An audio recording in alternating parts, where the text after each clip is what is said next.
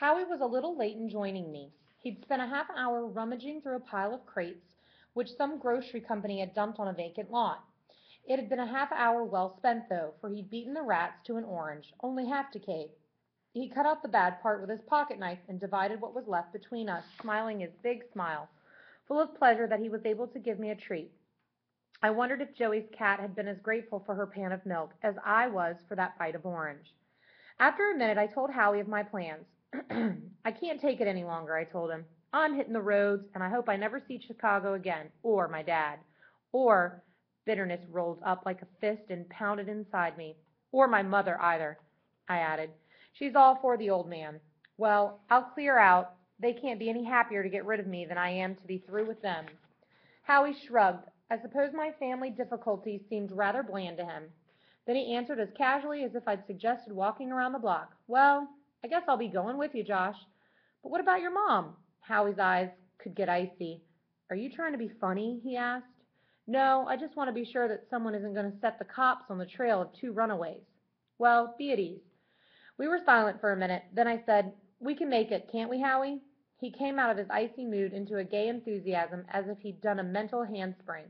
Of course we can make it. You know, in a way, we're a couple of the luckiest guys around here because we've got something that people want. No matter how hard times are, people still want music. And we've got it, Josh.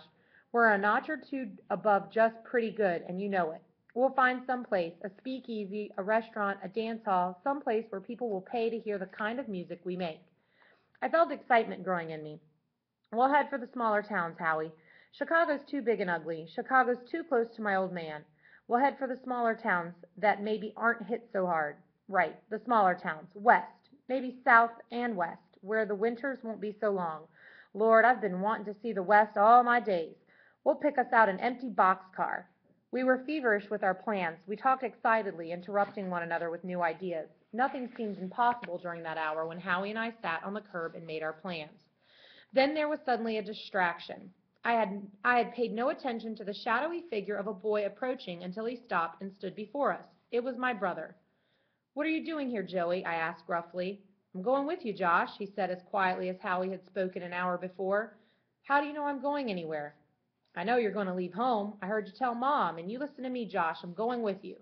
And you listen to me, Joey. You're going to do nothing of the sort. You're too young. You couldn't keep up with guys our age. You've got sense enough to know that. Howie, make him let me go with you. Joey turned away from me. His voice pled with Howie. I think I knew at that minute what the decision would be.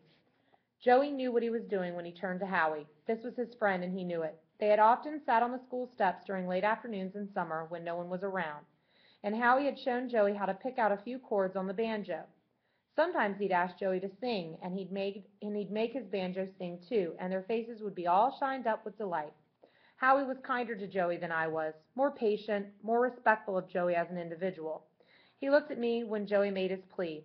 Why can't he go with us, Josh? He just can't. He wouldn't be able to keep up with us. He'd be a nuisance, and you know it. We've made our plans, Howie, and I think they'll work, but not if we have to have a kid along.